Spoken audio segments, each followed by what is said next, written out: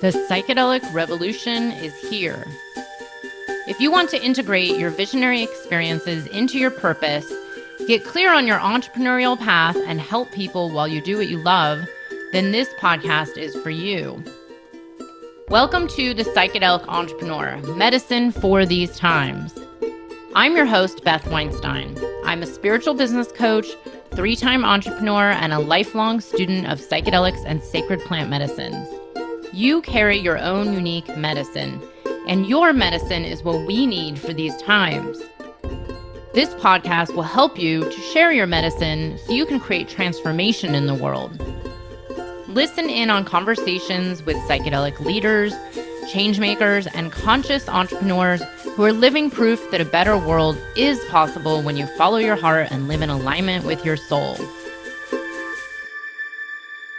Okay, we're going to start recording because I was just hearing Del's story about his background, and I was like, we have to record this because this is the good juicy stuff. I mean, basically, cartels, weed. Yeah, basically, I'm not just a commentator on psychedelics. I was kind of in the apparatus that produced them before the current Renaissance had a name. My memoir working title is It Was a Different Time, Chronicles of a Psychedelic Pioneer in the Reign of the Cartels. So I move across the seams of countercultural networks, underground distribution, Mesoamerican fieldwork, and later the clinical and pharmaceutical worlds that now claim the field. So, I think that kind of gives me a different perspective than most people. But as I was saying, I found myself in Northern California, working on cannabis genetics and wanted to see what it would allow me to perfect those genetics at commercial scale. And at the time, there was no opportunity to do that in California. Camp was, that we had a pretty severe drug war going on at the time. But as I was explaining, I had a friend who was importing about 1,000 to 500 pounds across the border, shipping it to Southern California. And they had a relationship with some of the early cartel structure that was on the other side of the border. And I should, preface this by saying that the cartel at that particular time was less of the bloody enterprise that it later became with harder drugs. It was more of a patriarchal kind of honor-based society. I was kind of drawn to the whole thing also because I'm fascinated with the way these systems work from an anthropological perspective. At least that's what I always thought I'd tell the authorities if they caught me. So at any rate, I pitched the idea to him. I actually had commercial markets from my mushroom days in New York and in San Francisco. And so I pitched the idea, look, you guys, the guys on the other side, the Mexican cartels, spend all this time growing tons of weed that are such poor quality, and spend all this effort to move them through Mexico and across the border and into the United States. And what if we were able to change that equation with a very boutique product that was really represented by California genetics? And, I had a relationship with some of the early people in Amsterdam, Old Ed, who's a pretty famous character, and people who were starting the early coffee houses in Amsterdam, supplying genetics. They were going all over the world to collect these genetics. And so I said, what about the possibility of replacing what's being grown with a boutique product? And that proposition took me into Mexico to the highest levels of the Guadalajara cartel and the Juarez cartel. And I ended up meeting figures that, are represented in pretty much as the main figures in the early cartel history. Miguel Felix Gallardo, head of the Guadalajara cartel, and Rafael Caro Quintero. Of course, I'm going to take this story a little bit further. I ended up supplying genetics to their massive grow in Chihuahua at a location referred to as Rancho Buffalo that was growing, most of the cannabis that was being consumed in the United States at the time. So, I'm, working with these guys. They take me to their parties. At their parties are the wealthiest families in Mexico, politicians at the highest level, and, a selection of cartel infrastructure, people who were, a major part of the criminal underworld. So I see this confluence of, how these worlds completely overlap. So I began to feel at some point that I needed to get an exit strategy. Rancho Buffalo was discovered by a DEA agent named Kiki Camarena. Is this the one they made a documentary out of, right? Yes, it's pretty well known.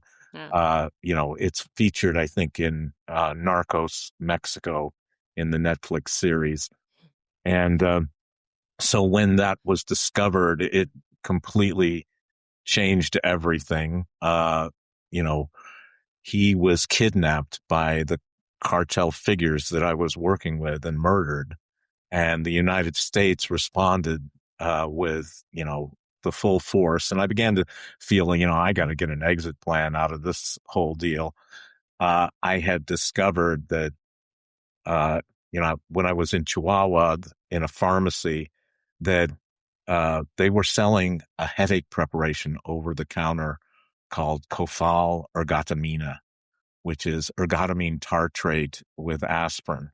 Ergotamine tartrate is a vasoconstrictor, but it also happens to be the main precursor for LSD. And so I asked my friends in the cartel, would you be able to get me this? It's sitting around, and even asking about it would have raised tons of red flags in anywhere, with the DEA. So they said, yeah, we can get that for you. It's sitting around wherever they're manufacturing it. We can get it.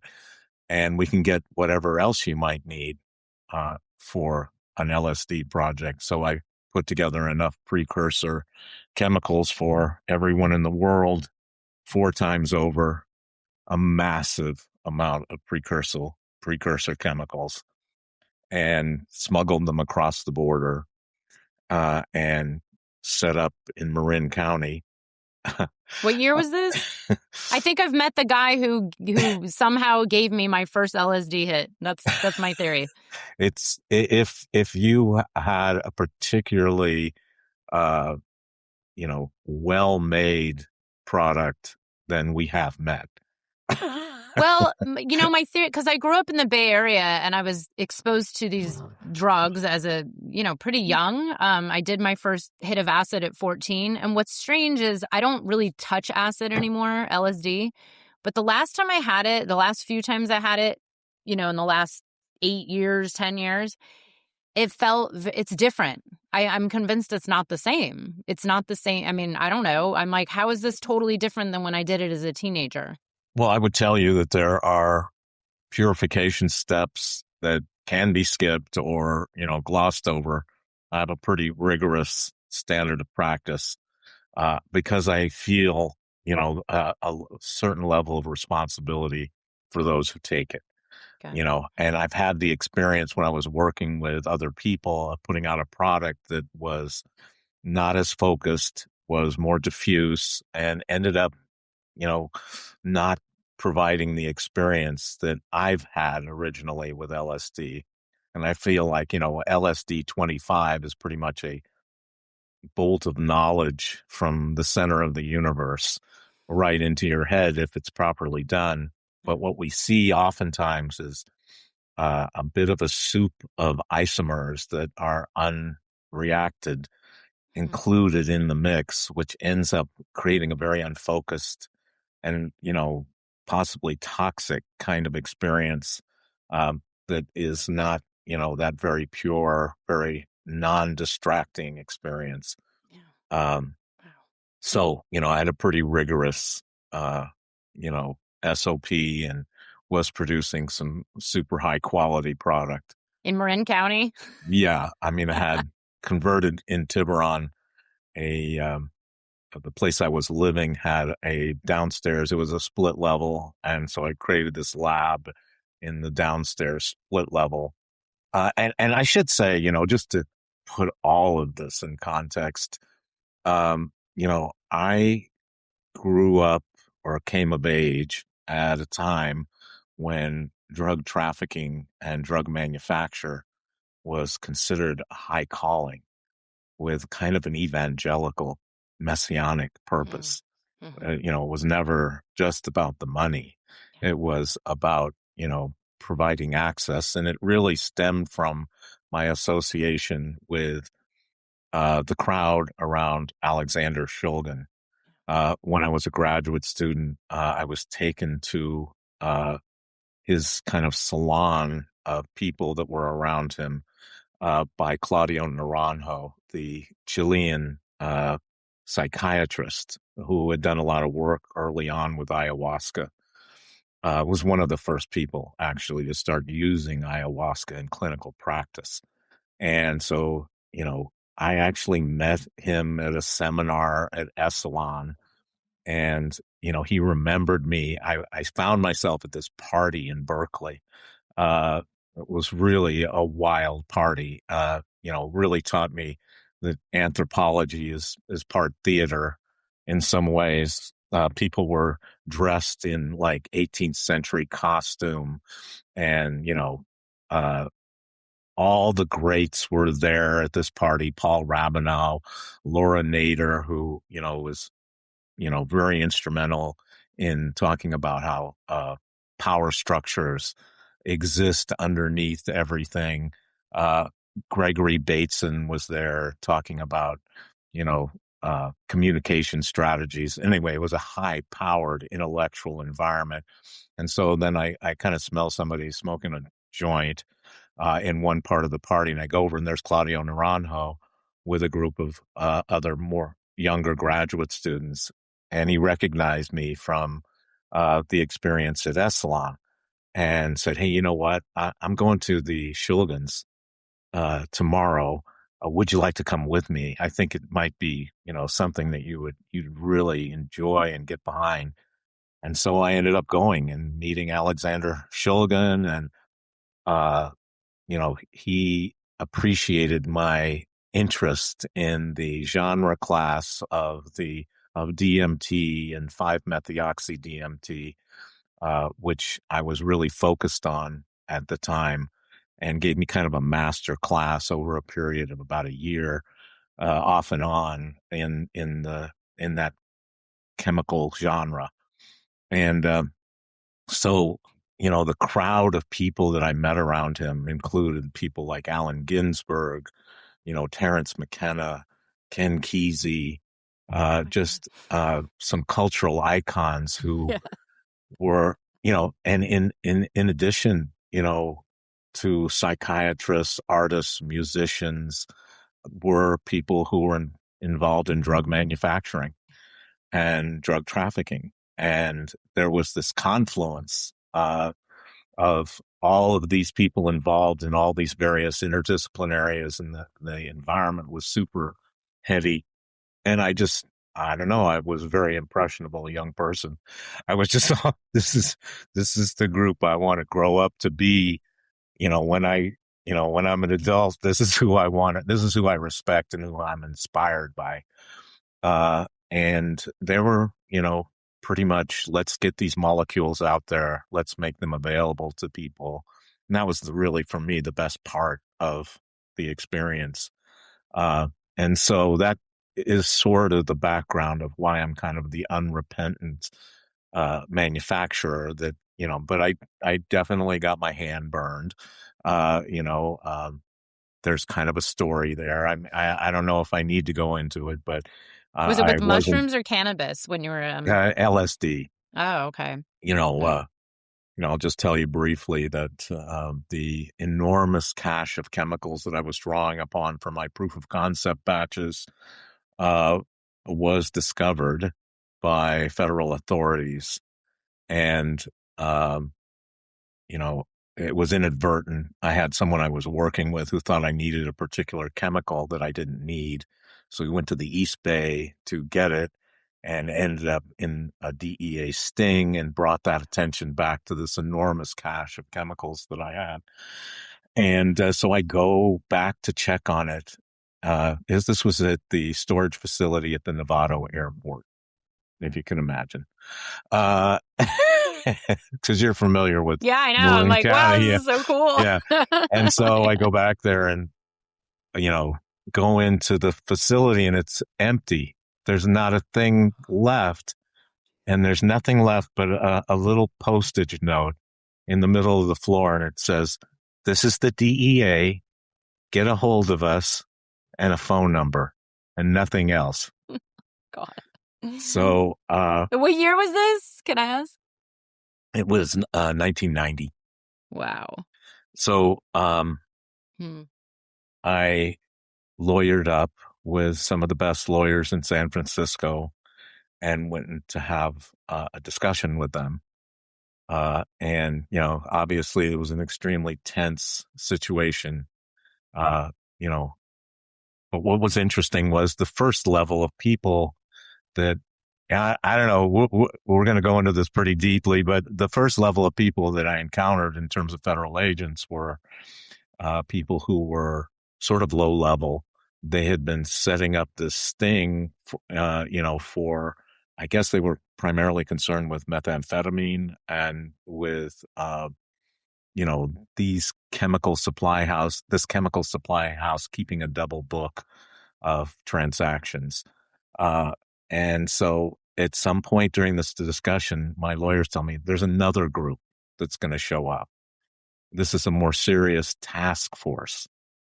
So this other task force shows up, and they were where the first group was extremely non-serious and amateurish, I might even suggest. This second group was not that at all.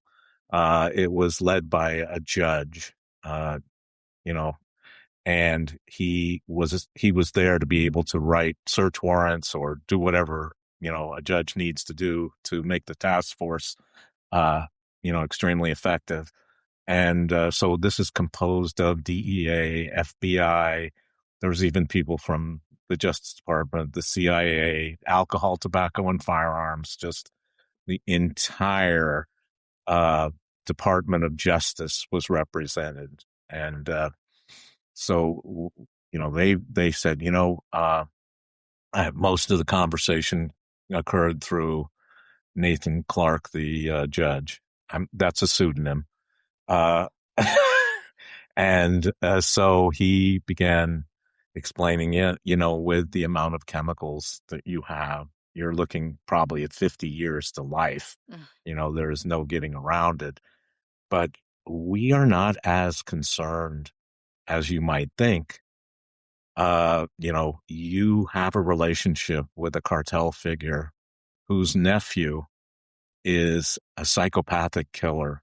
He's literally on his own transforming the entire landscape of the border into, destabilizing it. They showed me mass graves that people that he'd killed. He was involved in human trafficking. He was being tried in absentia in the United States, and they said, the Border Patrol agent who was testifying against him and his family have had very serious threats, and we take these threats very seriously. This entire task force has been developed. One of our main issues is trying to deal with this guy. And I said, well, that's all very interesting. I do know the guy. I have met him. I've worked extensively with his uncle, Rafael Talavera. And they said, well, yeah, you know him. We know that you know him. We have information to that effect. And I said, well, what would you want me to do? And because of the Camarena case, Mexico had prohibited federal authorities from the United States from operating in Mexico. They said, look, enough of this. We have our sovereignty. So the government at this point is kind of looking to use proxies to do this, so that they have sort of a deniability. And so I said, it's great. I do know the guy, but what do you want me to do? And the judge leaned forward in his chair. He was kind of dressed like a Texas Ranger type. He leaned forward in his chair and said, well, we'd like you to kidnap him. Oh my God. This is great. So, what a cool life you've had. I mean, I put together what? The ability to kidnap him. It wasn't really a kidnapping. It was more trick him into coming across the border. Wow. And, and that's how you didn't spend 50 years in prison. That's how I didn't spend 50 years in prison. Wow. In fact, I said, you know what?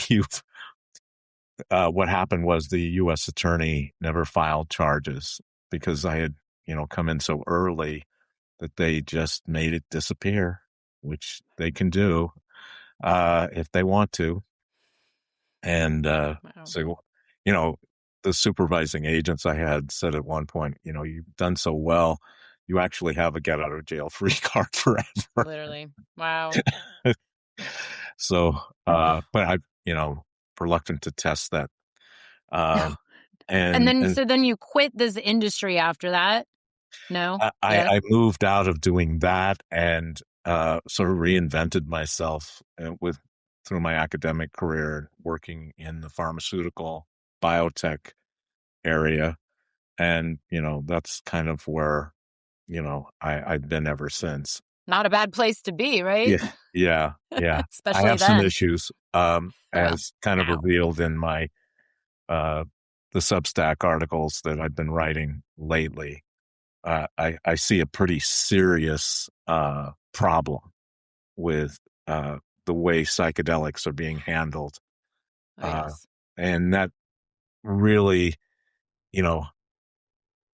my point of view is psychedelics are not primarily medicines.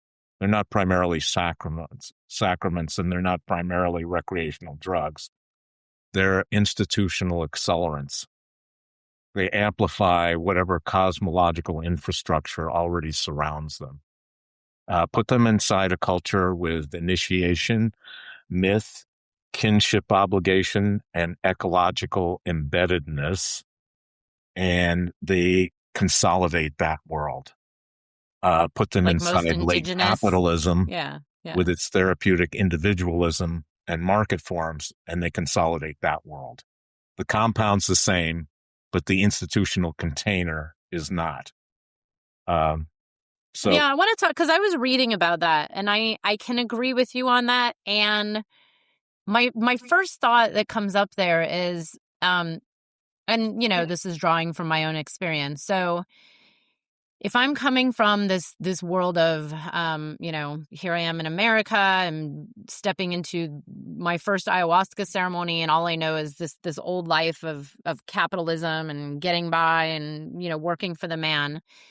But then it shows me this whole other world, this whole other paradigm that is coming online that I know in my bones. And to quote Charles Eisenstein's, title of his book, the more beautiful world our hearts know is possible. So then I suddenly start to know there's a better way. There's another way. And I start moving my life more into that paradigm and less into the old paradigm that is broken system that doesn't work. That's kind of been my hope and prayers that people work with psychedelics because, it's not why, but it's a byproduct is that they start to wake up and see like, here's the broken system and here's, the ancient ways that have been used for, millennia that are actually more balanced in harmony with Earth and the peoples and all beings. Is that not an option? Well, I focus less on the actual pharmaceutical and more on the container and how the container is constructed, because I actually feel like that is the most valuable part of the experience. Yeah. What psychedelics reveal to us is what I would describe as the unconscious grammar of reality. And they reveal it to us for a brief moment. We're able to see that grammar. And that is super instructive and requires a certain level of container in order to interpret, and not only interpret it, in order to make it most valuable. And, going back, as soon as this is extremely threatening to the social order. You can go all the way back to the Spanish Inquisition's criminalization of peyote and mushrooms. Uh, in Wassoon's 1957 magazine piece, it opened Maria Sabina's ceremonial world to to American middle class tourism, and then to pharmaceutical extraction. And then really the laboratory synthesis of LSD is a psychedelic without a commons, without an ecology, and without a people. It made it easier to treat all psychedelics as substances rather than relationships. And the counterculture that followed was the empirical proof of that. Destabilization without a consolidating container produces market capture, not transformation. So Let's talk, because I read that and I actually was, I can totally agree with this, but let's clarify what that means for someone who's listening who maybe doesn't get this. Because I was like, yeah, I completely agree with what you're saying. Every society that uses psychedelics operates a gate. Indigenous societies use a cosmological gate, initiation, lineage, approach, kin, whether that be, plants or animals. Capitalist societies are building an economic gate, price, patent, clinician credential, insurance code. It's the same function. It's just an inverted logic.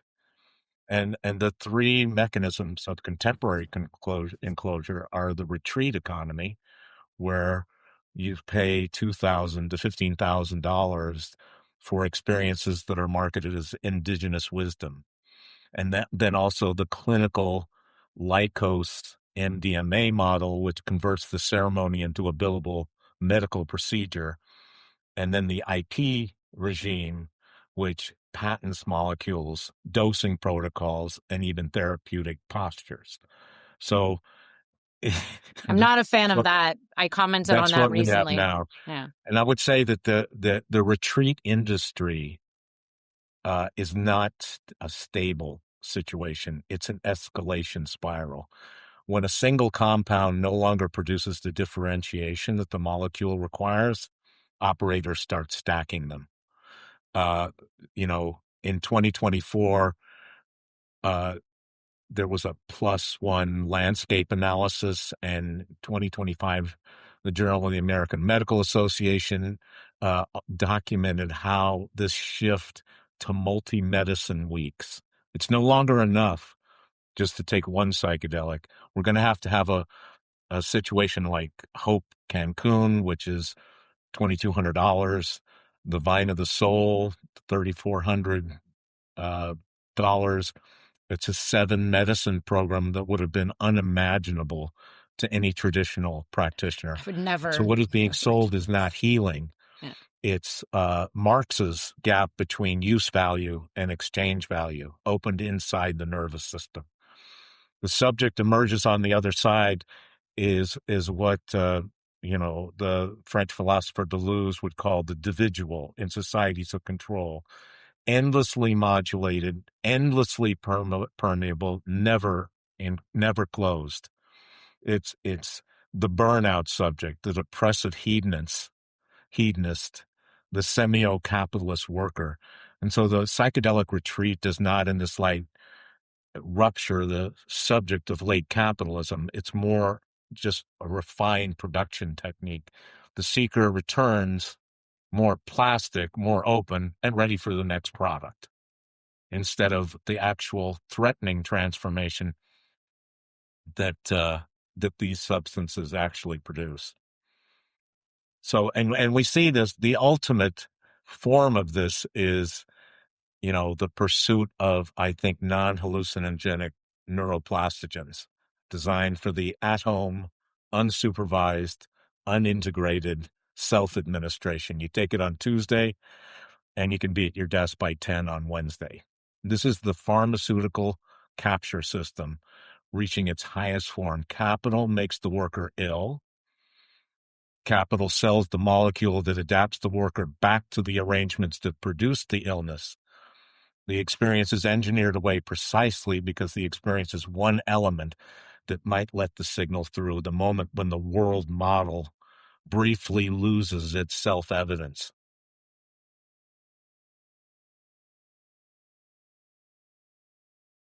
So Yeah, so let's can we dive into this? Because I first of all, I agree with you on pretty much everything. Because I've struggled with this myself. Since I think we all do. Yeah, like since coming out publicly about this, and because I'm very grateful. My lineages that I've sat with are all held in, what someone would label as indigenous containers, but they're actually mestizo lineage that I work with. But they are held in ceremonial settings. I've always had integration. I've always woven this into my day-to-day life. And same with most of the people in the communities that I've been with. So we see how this actually has benefited, our lives and the lives of those around us. And, it was back in, I think, 2020 or 21, I started seeing, or maybe it was even earlier, started seeing these retreats offering multiple medicines, and I almost had a heart attack.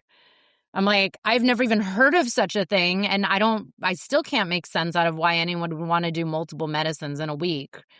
That's really what I try to, take a very close look at. Let's just say, let's start from psychedelics don't have intrinsic politics. They're institutional amplifiers. And what they amplify. Wait, what does that mean? Well, let's take, kind of the way Terence McKenna looked at it, positing the stoned ape hypothesis that, they create language, they create religion. We can never prove that.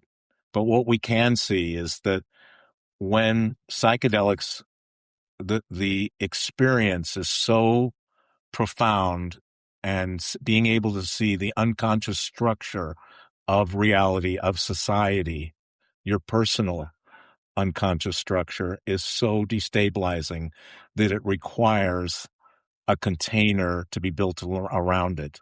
So that container in indigenous societies becomes lineage, it becomes initiation, it becomes a cosmology to interpret it.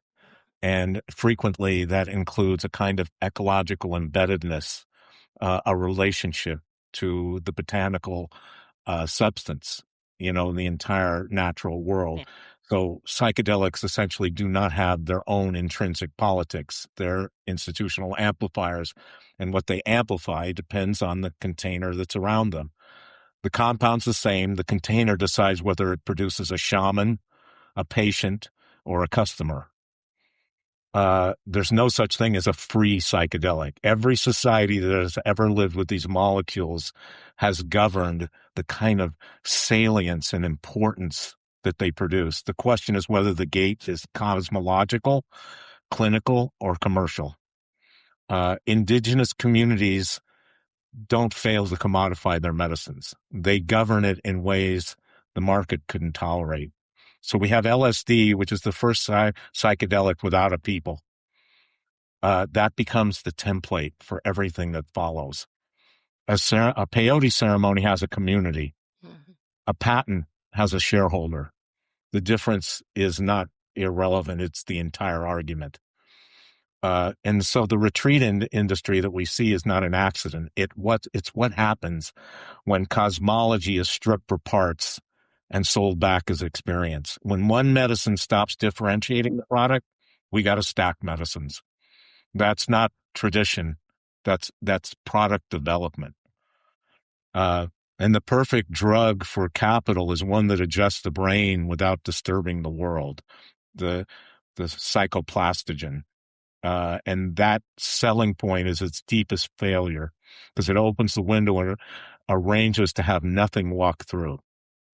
The molecule works Tuesday morning, you're at your desk by 10.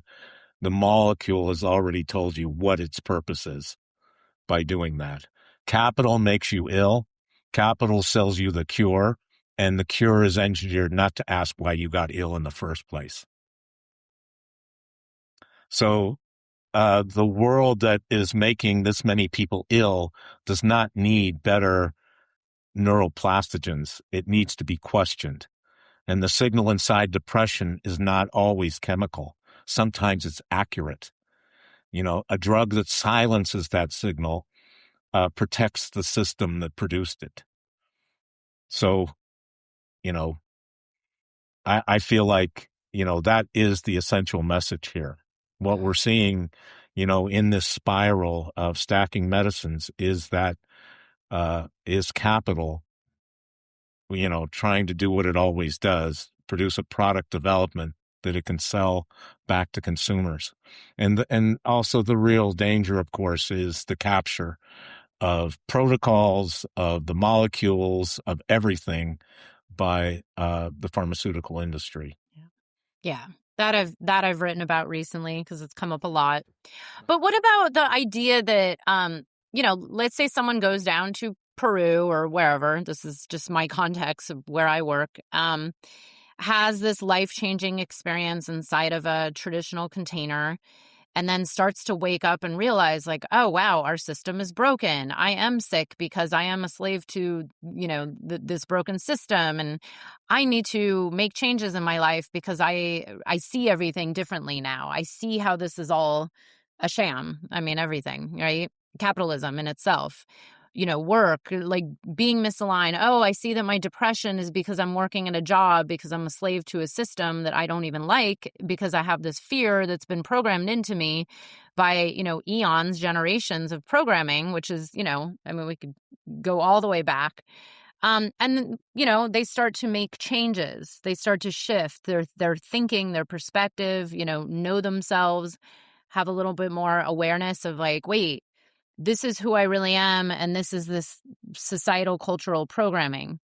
Is that not, because that's what I see as like one of the benefits of, when I complain about all the craziness going on in the psychedelic space, I remind myself, well, maybe there's something bigger happening here that is for the greater awakening of humankind to, start to change our entire planet.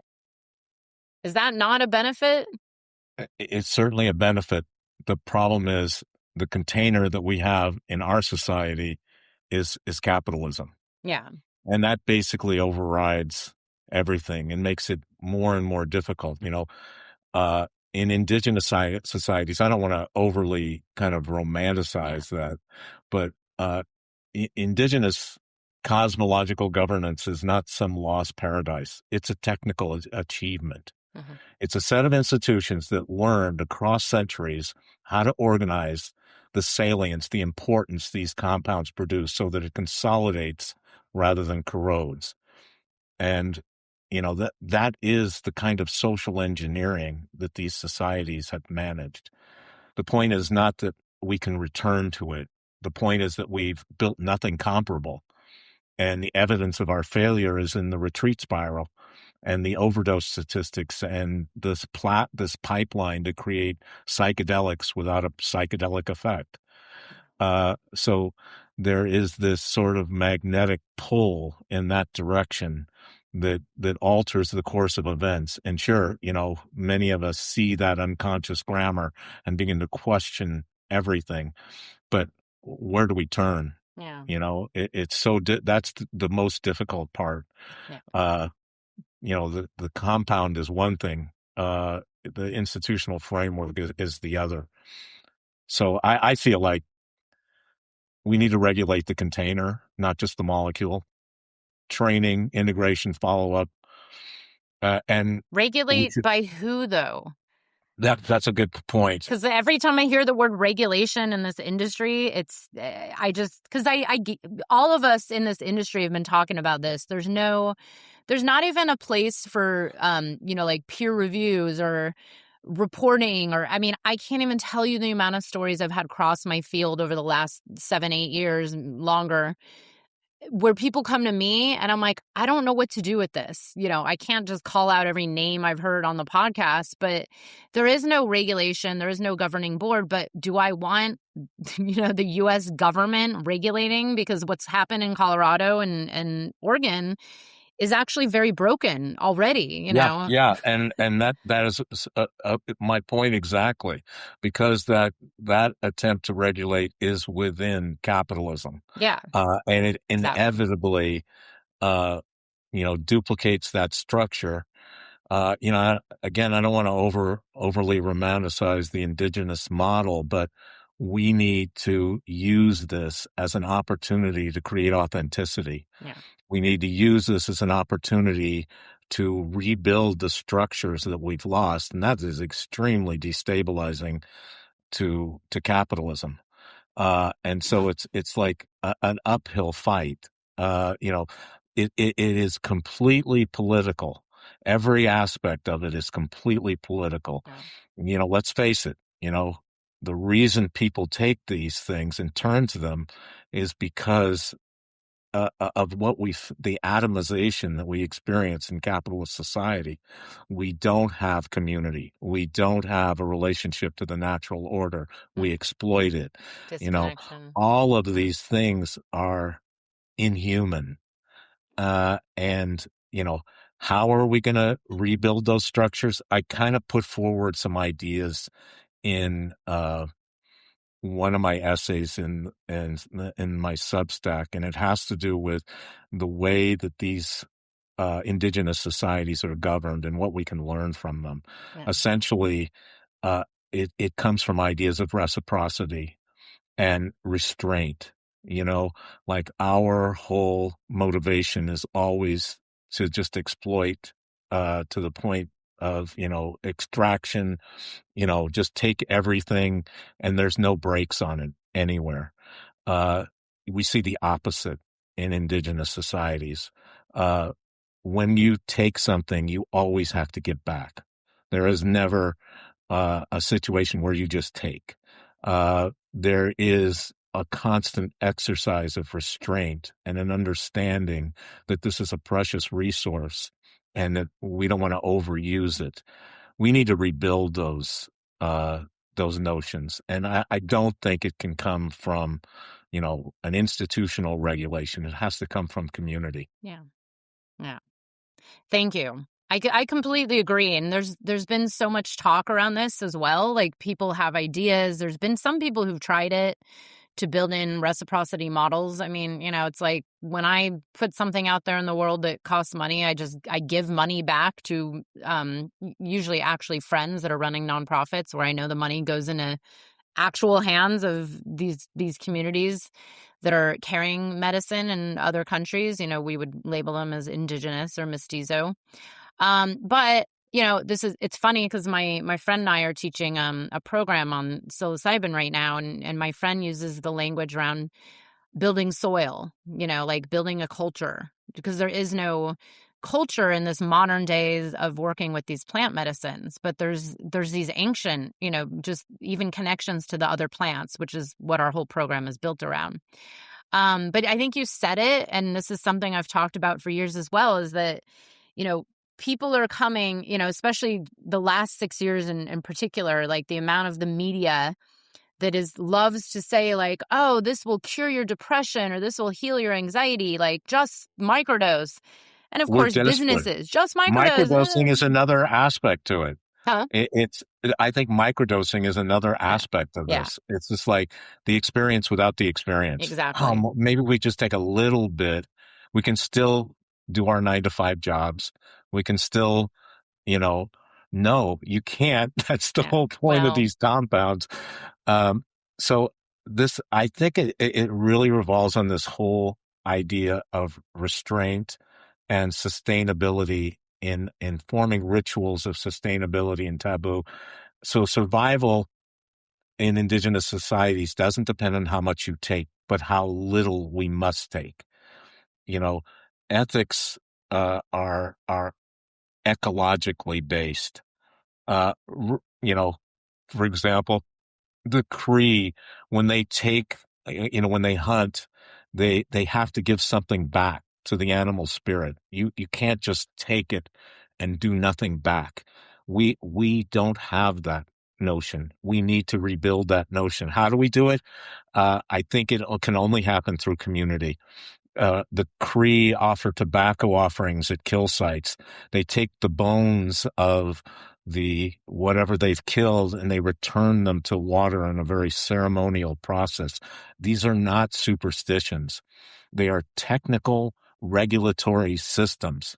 They are feedback loops that prevent over-harvesting by making wastefulness supernaturally costly, and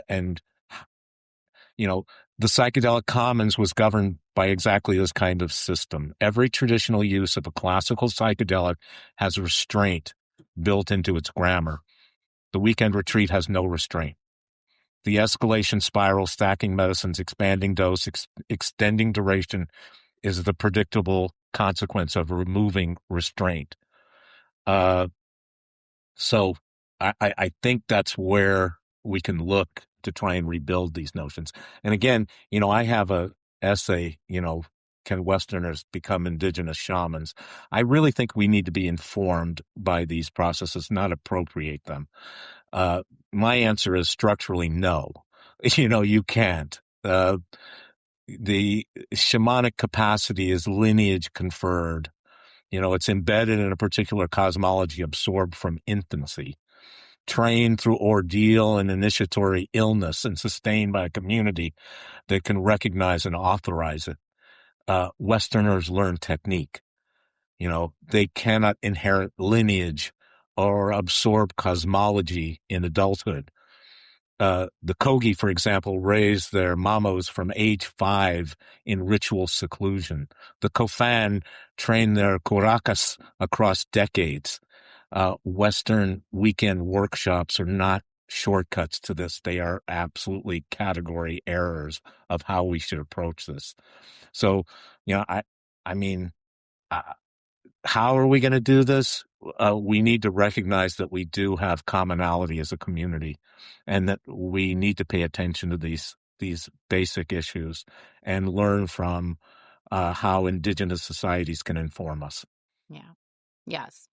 And thank you. And I agree wholeheartedly. And for anyone like me who sat with both the Westerners and sat with the indigenous and mestizos, you definitely notice the difference. I mean, there's no question about it. And I've talked to people about this for many years, because it's, again, I think there's a lot of us that are torn. Like, oh, in an ideal world, we would all be sitting down in the jungle where the medicine comes from to sit with these medicines, like go to their home. But then that poses this other problem, right? It's like then it becomes only accessible to the privileged, who can afford it and take 10 days to go sit in the jungle.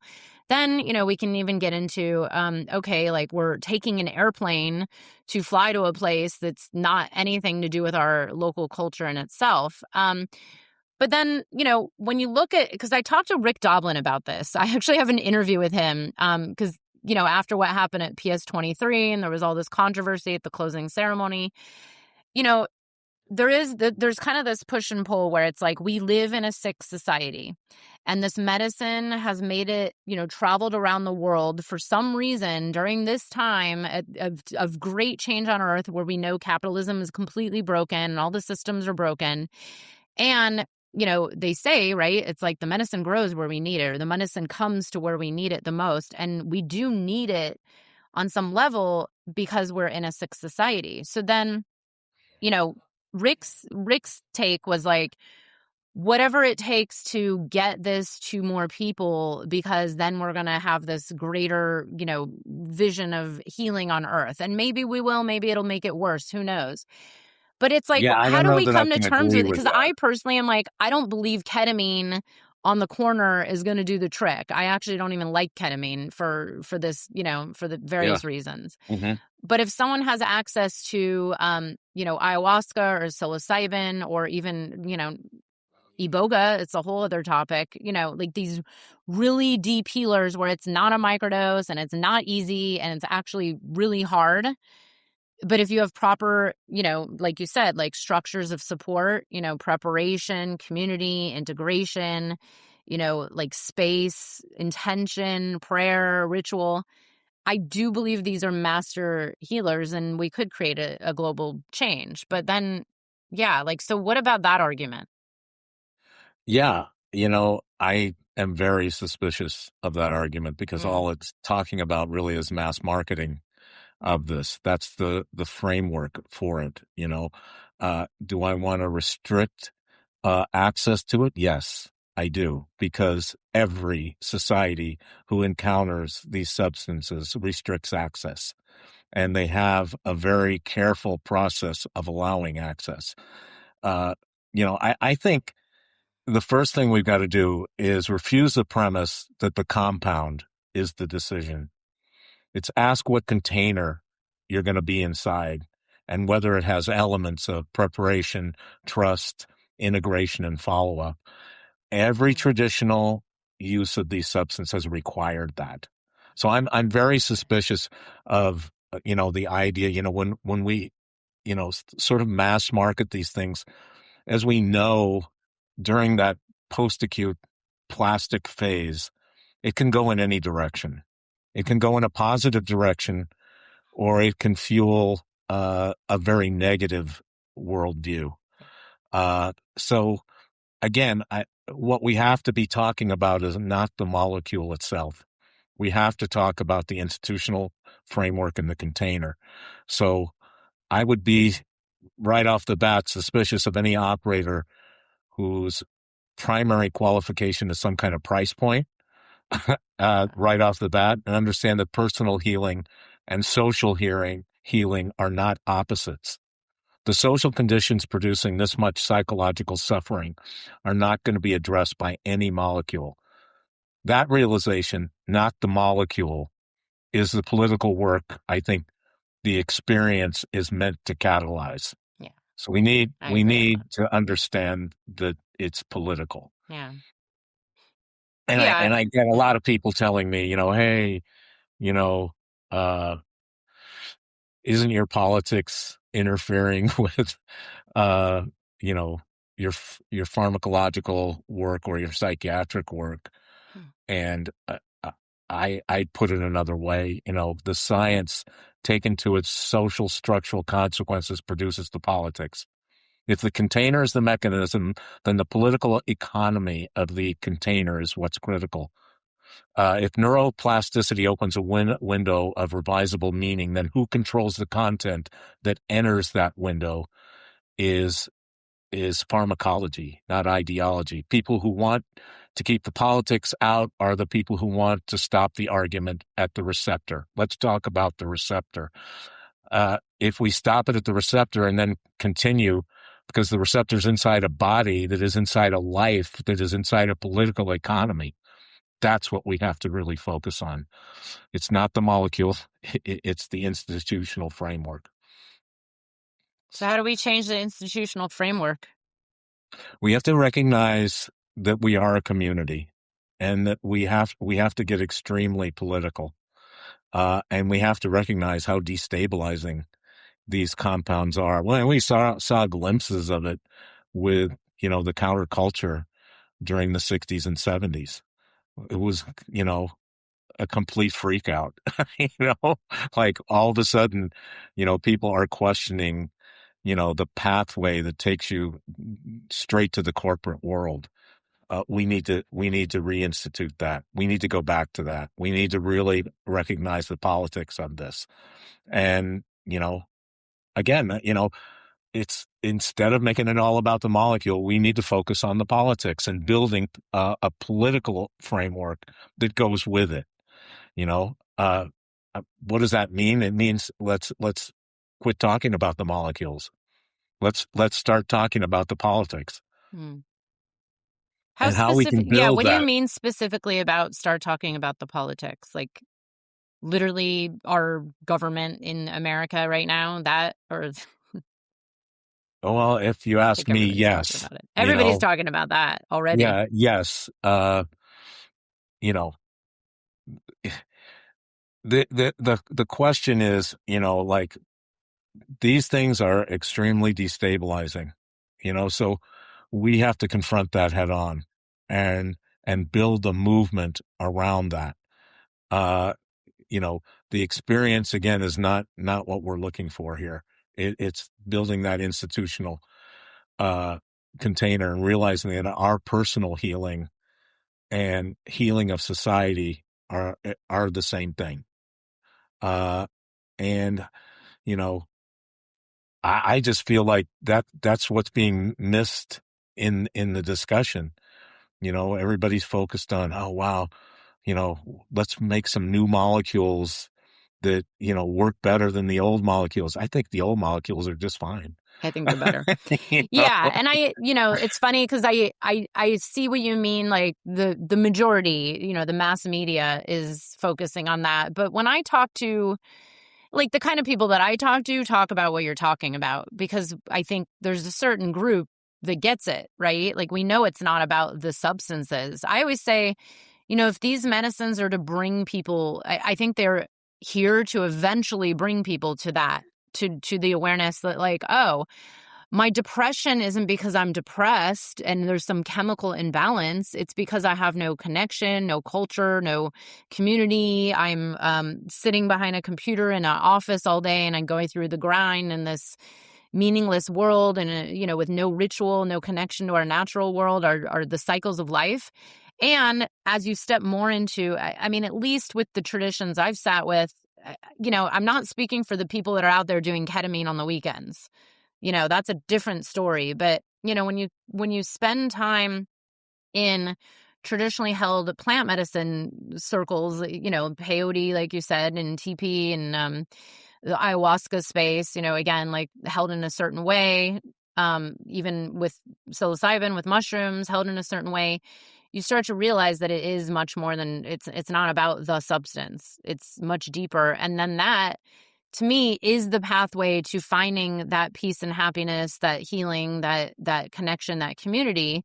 And the people that I'm surrounded by are doing that already. It's like there is community, like there's, grief rituals happening. There's support, there's exchange. I know I know a few people in this world that don't do money anymore. It's only, they're living on Dana and they're living on exchange because they saw this. I mean, I saw it many years ago. This capitalist, I'm like, oh yeah, like, it's capitalism, it's money, and there's going to be a day where we have to take money out of it. And I think it's already going there, whether, people realize it or not. I think this whole system is crashing and crumbling slowly and surely. I don't know. Maybe we won't see it in our lifetime, but there's new systems coming on board and old systems crumbling. And isn't that an opportunity where people that work with these medicines are able to, like, to tap into that and say, like, oh, here's a different way?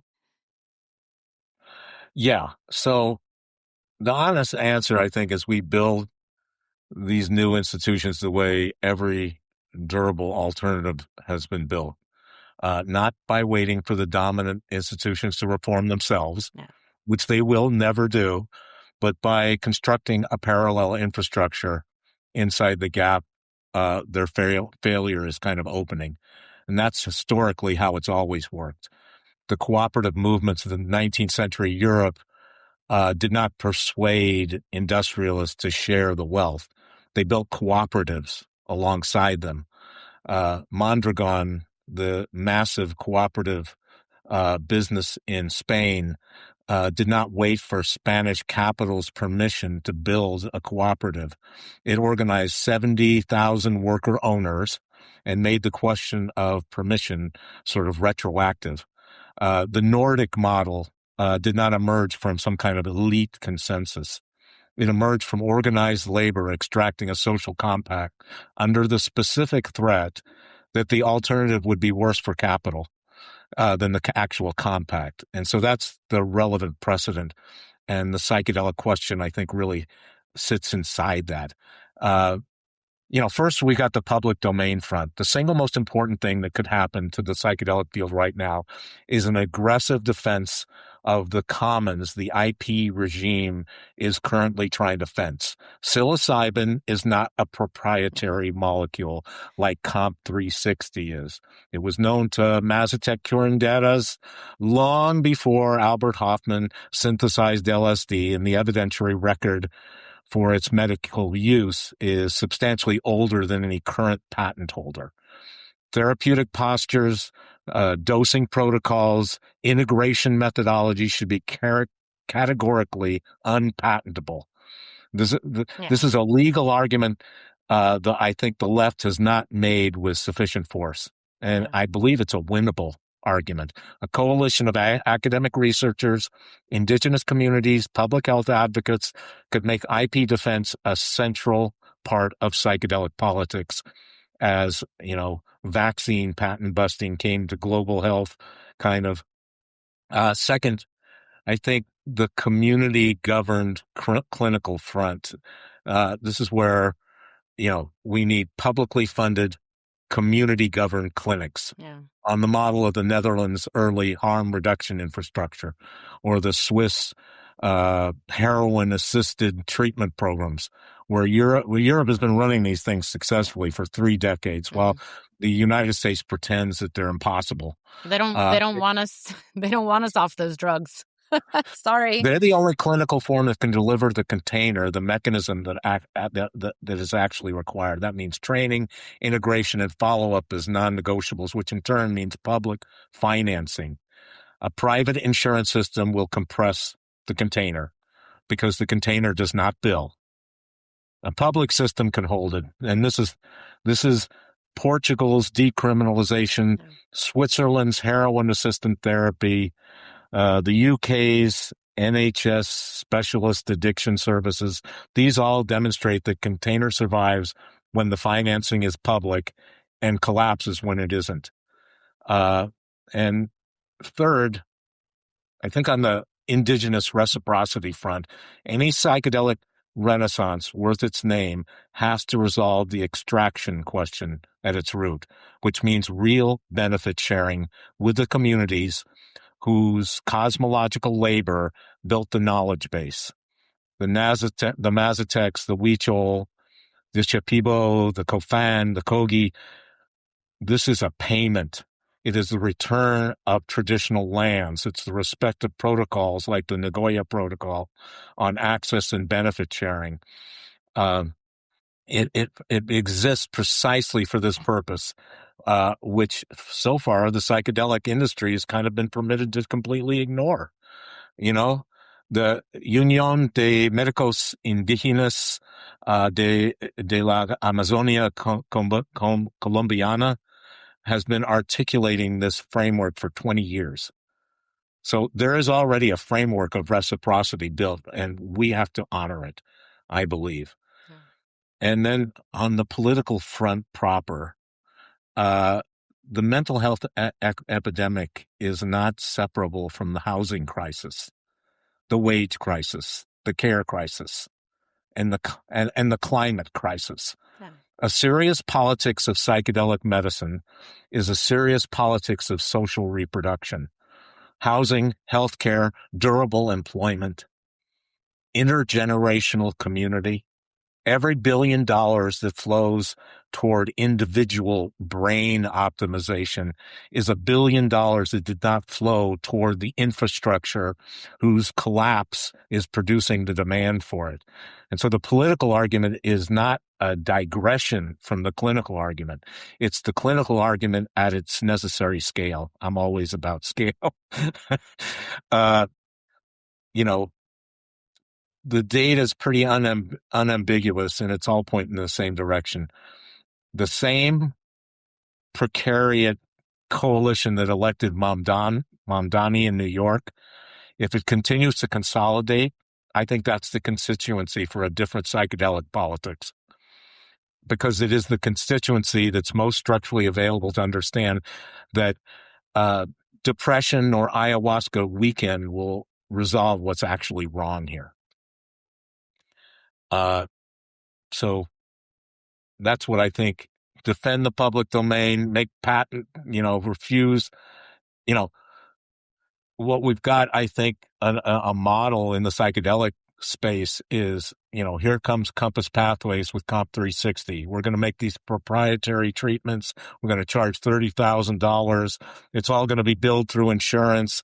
And here comes Usona Institute. And they're going to say, psilocybin has been around forever. We're going to make this publicly available, and we're going to put this in the public domain. We need to do that. We need to do that.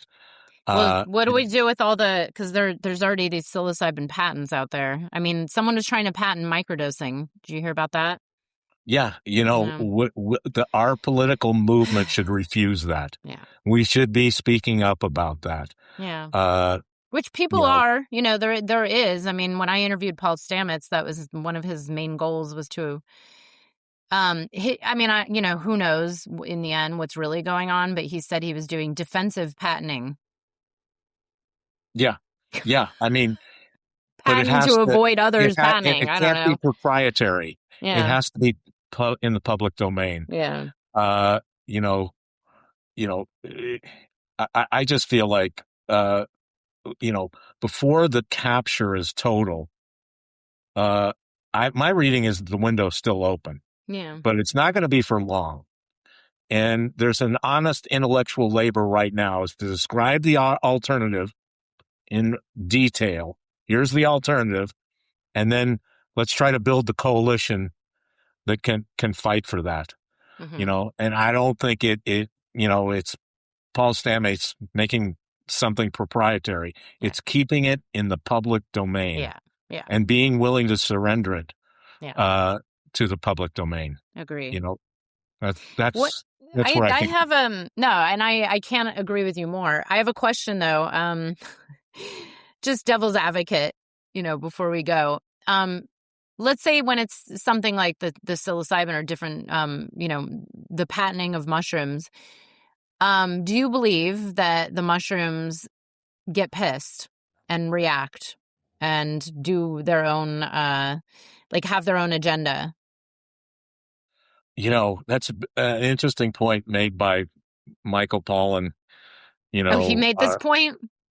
Yeah, of all people, really? Did, he says, wow. These botanicals are, they're using us in the same way that we use them, that there's a symbiotic type relationship.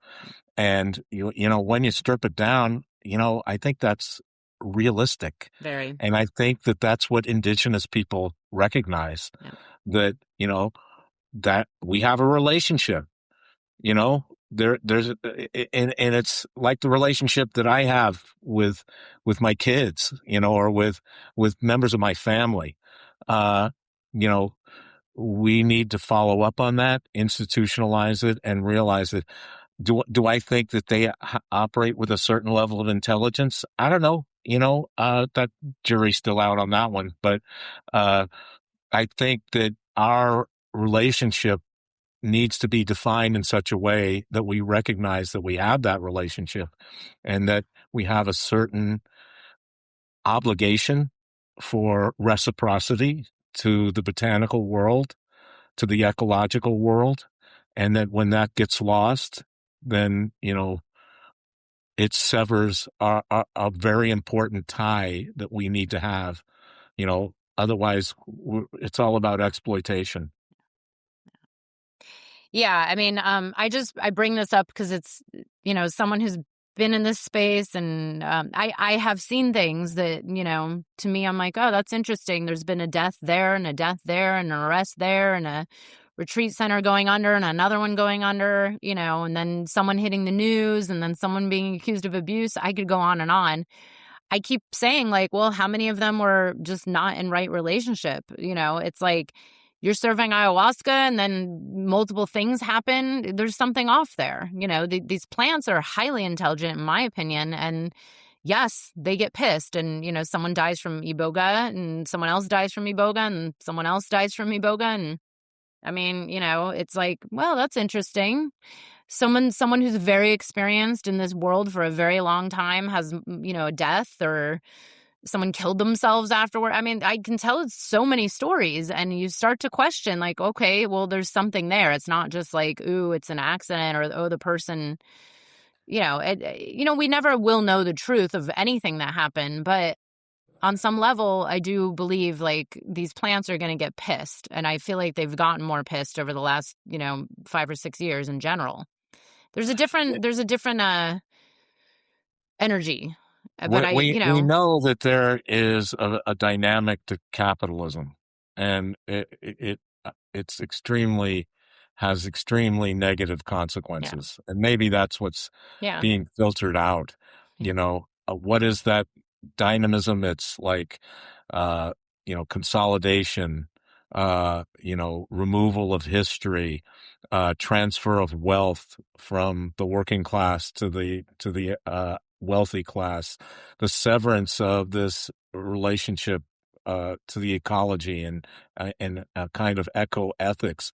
These things all have consequences, but at the same time, we've unleashed this capitalism, which has its own dynamism.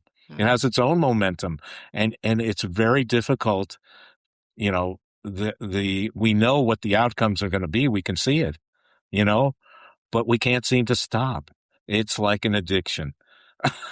And that's why psychedelics are so destabilizing, because it shows us that addiction exists, and the consequences of it are, perhaps seeing these excesses realized, like they have consequences. Yeah. Indigenous groups have recognized that for a long time. You keep violating the rules will come back on you. Yeah. Yeah. So, I don't know in specific cases, but it just seems like, that it's an expression of that. Yeah. Well, we'll see. Wild world. Del, it was so good to have you on here. This is such fascinating work. I'm going to leave your links to all your work and your Substack. I really encourage everybody to take a look. I love bringing people on here who are, kind of truth tellers and sharing, perspectives that are maybe not of the mass view. And I'll be honest, like I've been moving away from interviewing just the generic person who's like, oh yeah, psychedelics will cure this or that. First of all, it's getting really boring, It's like you said, It's like the molecule. But we do have to really open up our minds and start to see a different way. And I've been talking about this for years. I mean, there's so many broken models and systems out there, and I really appreciate you and your writing, and keep on sharing it, and hopefully we can, I don't know. I mean, there's many people that would agree with this, and hopefully there's a group forming, or at least starting to discuss, Yeah, it's a big task. Yeah. No question. But I would just encourage people to see that connection between the experience and politics, and realize that it's not the molecule, it's the container and institutional framework around the molecule that matters the most. And, they don't necessarily have intrinsic politics, but there's no such thing as a free psychedelic. Every society that's lived with these molecules has decided to govern them in certain ways. So we'll see how it works out. Yes. Well, thank you for coming on and sharing. I appreciate it. And thank you for all the work you've done and putting your life in danger for us to have expanded experiences. I appreciate it. It's my pleasure. Well, let's talk soon at another point. Yes. Thank you. My pleasure. I hope you enjoyed the episode. If you're feeling inspired, I'd appreciate it if you showed your love with a review. And check out my YouTube channel where you can find the video version of this podcast. You can also head to bethaweinstein.com to learn more about me and grab my free business growth trainings. Remember, you carry your own unique medicine, and your medicine is what we need for these times.